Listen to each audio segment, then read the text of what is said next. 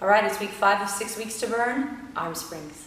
Starting with hug a tree. Palms face each other. Body is centered at the board. And you exhale as you bring your fingertips together and inhale as you open. Making sure to keep tension on the springs the entire time. Your hands should remain in your peripheral vision. And try to reach through the pinkies and the thumbs. Exhaling as you draw in, inhaling as you open. So when you're in salute, you want to stagger your stance, leaning forward over that front thigh. Connect your thumbs and your forefingers, bend at the elbows so your thumbs come right to the center of your forehead.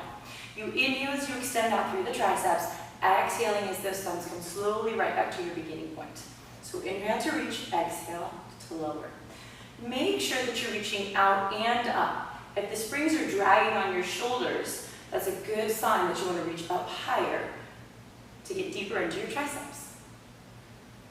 So with umbrellas, you start in your hug a tree position and you reach up, connecting the thumbs at the top, and then you bring it just onto your hug a tree position. So your arms stay in front of you, together in your peripheral vision the whole time, just bringing it down to armpit height and up. If you want to make it more challenging, you can stagger your stance and reach out further, but keep the springs off your arms. Good. Inhale to reach up, exhale, squeeze down. So starting with a classic rope, you want to step back till you have tension in your springs, soften your knees, keep your spine long and your wrists straight, and exhale as you draw the elbows in and back. It's really important that you keep your spine long and that you don't tend to move forward or backwards, okay? And then you look at your wrists to keep them nice and long and strong. And finally, focus on drawing the shoulder blades together and keeping them together even as your arms extend out.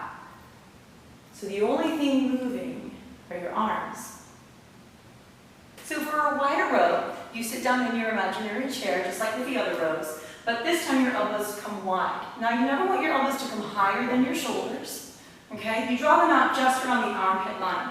And make sure that your wrists don't come higher than your elbows. So basically the shoulders are higher than the elbows, which are higher than the wrists. And your elbows come wide, drawing the shoulder blades in and out. Exhale as you pull, inhale as you reach, keeping the shoulders rolled back and the collarbone wide the whole time. And next we're going to do chest expansion. So notice that I'm using the red elastics, which are lighter than the blues, and that they're at a higher anchor point of 10.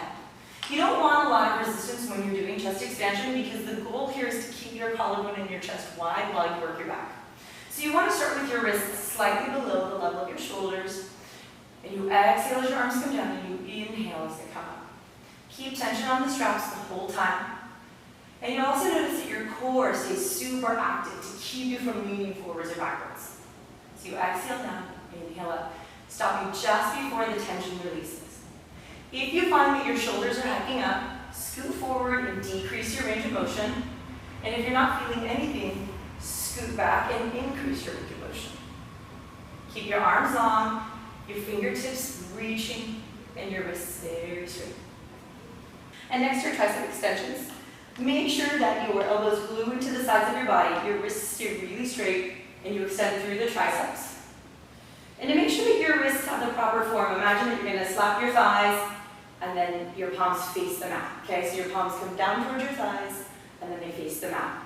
If you're using your wrists, you're finding you can't do that.